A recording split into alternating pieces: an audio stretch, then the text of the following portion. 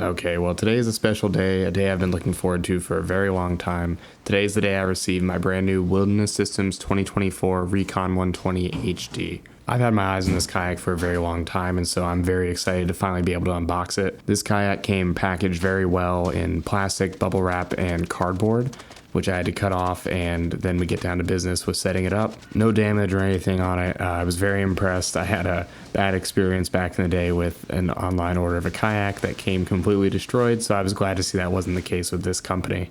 I got that out of the way, then I moved on to unpackaging all the components, the pedal drive, the seat, and of course the rudder. Alrighty, well, we have the brand new kayak set up. This is the RECON 120 HD from Wilderness Systems. I'm really excited to get on the water. We got the pedal drive installed now. This deploy system is very unique and cool. It is locked into position right there. You just push down and it pushes straight down.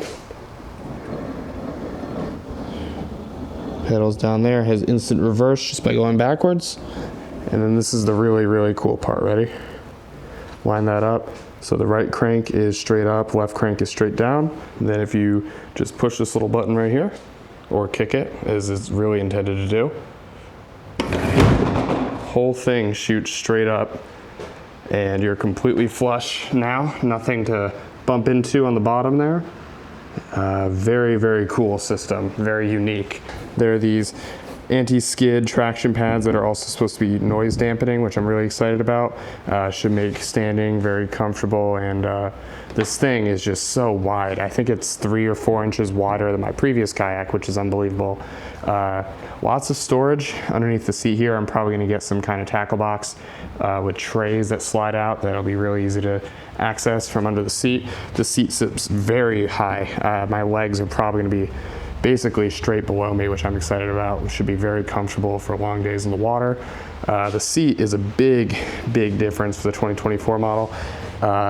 It swivels 360 degrees, which is very cool for just, being comfortable on the water, being able to access the tackle that I usually store back here, the cooler, all of that. This little bar under here, this is a really cool feature. You grab that, pull it up, you can slide the seat back and forth on this track, so you can make on-the-fly adjustments without having to mess around with screws or anything like that while you're on the water, in case you accidentally made a mistake or you just want to make adjustments to be comfortable for the long day in the water. On the sides here, along either of the gunnels, side rails, whatever you want to call them, there are rod slots for storing, I believe it's 3 7'6" rods on each side, which is perfect because that's really the biggest rod I ever carry. And it has these little bungees, so you can strap them down, keep them nice and secure. More of these noise muffling traction pads to make sure they're not bumping around. I'm very excited about this because this is going to completely change how I fish. With my old kayak, if I was going sheepshead fishing, I only brought the one sheepshead rod because I didn't really have anywhere secure to put my rods on my old kayak. If I laid them next to me, they'd be in the way of my steering, or I'd kick them with the pedal drive, or I would nearly bump them into the water, or all three. Or I'd hit the rod tips on the docks that I'm fishing if I'm fishing for sheepshead. But with this, I can store the extra rods out of the way on my right side, so it's not even on the side with the steering handle. It'll be completely out of the way, and then I can have nice long, lure rods and everything else I would be using, potentially in a day of fishing, just like I would on a boat, where I could store them out of the way, out of sight, and then I can do, part of the day sheepshead fishing. I catch the couple I want to keep for the day, then I can pivot and do something else, put the sheepshead rod away, pull out the other rods. So the rod storage is going to be really game changing for me. We have a recessed-in cup holder back here, which is cool. Mine's usually just rolling around the board of my kayak, so it'll be nice to have somewhere proper to put it. We have little tackle trays here. I'm gonna probably put pliers and things like that in there. Molded in handles, track mounting, that's always important. I think this is aluminum, which is nice. It's kind of an upgrade. A lot of them come with plastic, so that's pretty cool. Up here, I haven't even opened this yet because I've been working on installing everything. We have a dry storage hatch, which is cool. You can just flip it up, it'll stay put. And this has a removable tray, so you can fill it up with tackle. I'm probably gonna run my power cable from my fish finder battery up here, and so I can store the battery in here, and the connectors will just be hanging in here. I'm gonna do that shortly, but for now I just wanted to show you what this looks like before I do any modifications, just with the initial setup. The 360-degree swivel seat is a new addition to the RECON 120 HD in the 2024 model. This was something I was really excited about, and I'll go over that more later. The first step to put this seat together was to attach the backrest to the seat itself. There was a couple nuts and bolts and rubber washers that came, one for each side, to attach the backrest to the seat. Those of course came included, and I was happy to see that all parts were accounted for. Then you attach straps on either side of the base to the backrest. These straps are used to adjust the angle of the seat back, and I'm happy to report these are easy to change on the fly while you're on the kayak, so you can change your seat adjustment depending on what feels most comfortable at the time. Once I had that seat all put together, I went ahead and put it on the kayak to make sure everything was put together correctly. There's notches on either side to put the support beams in. The front support beam actually has a screw on either side that screws directly into the kayak itself. And here I'm just showing off that swivel seat, which I think is really going to pay huge dividends when it comes to comfort on the water. And here I am unpackaging the Helix pedal drive components. The Helix drive is where the HD and RECON 120 HD comes into play. I don't know if you can see that very well. It has little studs on them that help you get some grip. I've heard people complain about those. There are ways to just unscrew them and take them out. Oh, you can just go in from the back side with a little hex Allen wrench and unscrew all of these. I personally am going to like them. I wear shoes.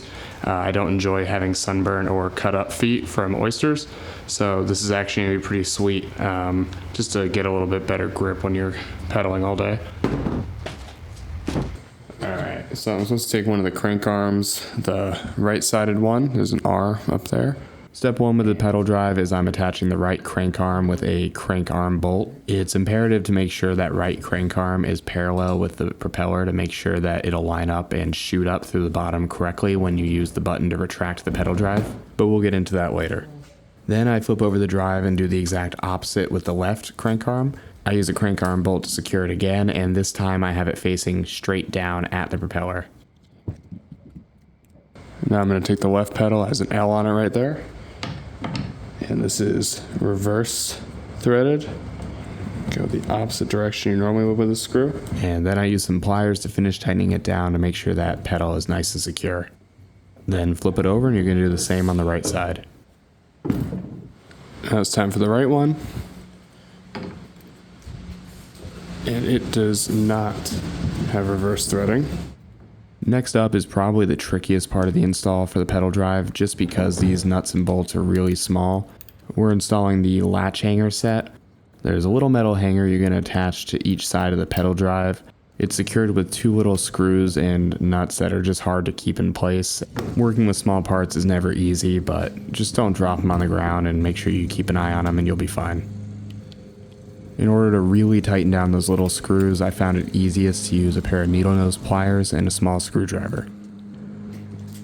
And the final step of installing the pedal drive on the kayak is to install the latch bases themselves on either side of the plastic mount on the kayak. There are two holes with two nuts inside of them on either side of the plastic mount, so it's pretty hard to mess up, fortunately. These are much easier to install. In order to actually mount the pedal drive, you want to make sure you insert it at an angle and make sure the receiver hole of the upper housing and the mounting bracket are lined up. And then you're going to insert the quick release pin. If you have the receiver holes lined up correctly, that quick release pin should slide in very easily.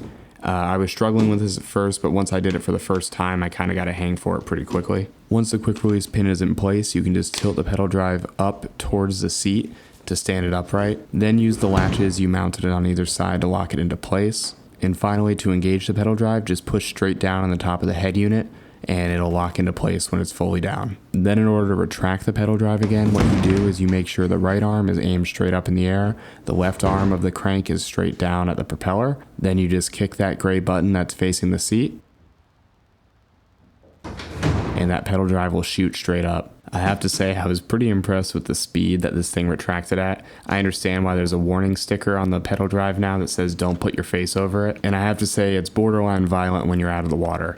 When you're on the water, it's a lot more reasonable and less loud. And the final portion of the initial setup is getting the rudder all situated. First, I used an Allen wrench to screw in 2 little screws that are holding the rudder block onto the back of the kayak. After that, you can insert the rudder pin into the rudder block and use a split ring to hold the rudder in place to make sure it won't fall out. And finally, you can go ahead and install the steering lines for the rudder. Fortunately, they ran those at the factory, so this is very easy. The rudder lines are attached from bottom to top of the rudder, meaning the rubber washer and the split ring are sitting on top of the rudder, while the cord lock is on the bottom. And that's the final step to make this thing fishable. Okay, and from this angle and this lighting, it might be hard to see, but to the left of the seat, there's a little pull tab here. You pull on it, and it deploys the rudder. Then you obviously have your steering, left, right, all that. On the right side, there is another pull tab. And make sure to stay to the end of the video if you want to see me run the lines for my fish finder. Alright, now it's time to do everyone's least favorite thing with a new kayak, or maybe their least favorite thing, but definitely the most nerve-wracking thing. Time to drill some big holes and install that wiring for the fish finder. Man, that was a struggle for this whole drill.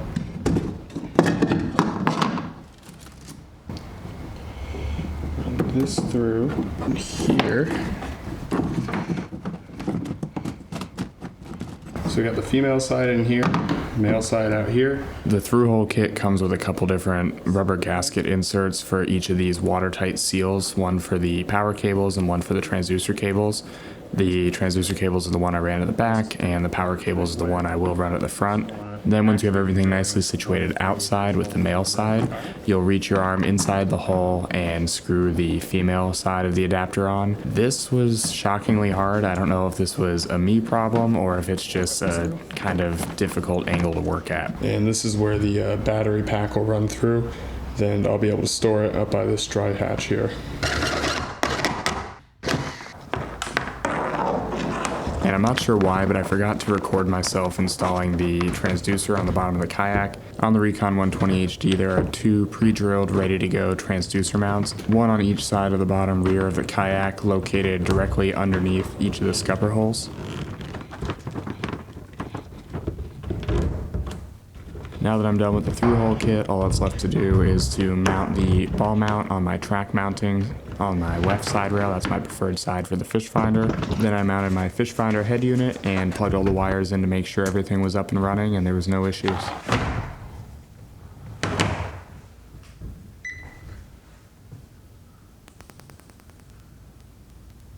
Alright, well that's all she wrote on the initial setup of the kayak. I just have a few attachments like a rod holder and things that I'm going to put on the rail mounts, but besides that and the fish finder, I'm keeping it stock for the first trip or two just to see how it performs and see what I might want to customize down the road. But hope you all enjoyed this and hope you found it informative. If you're interested in checking out this kayak, I'll have a link down in the description so you can see what it's all about. Super cool. I'm very excited to put it to the test.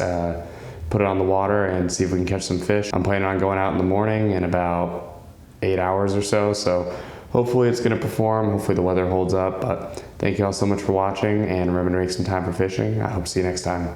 Bye.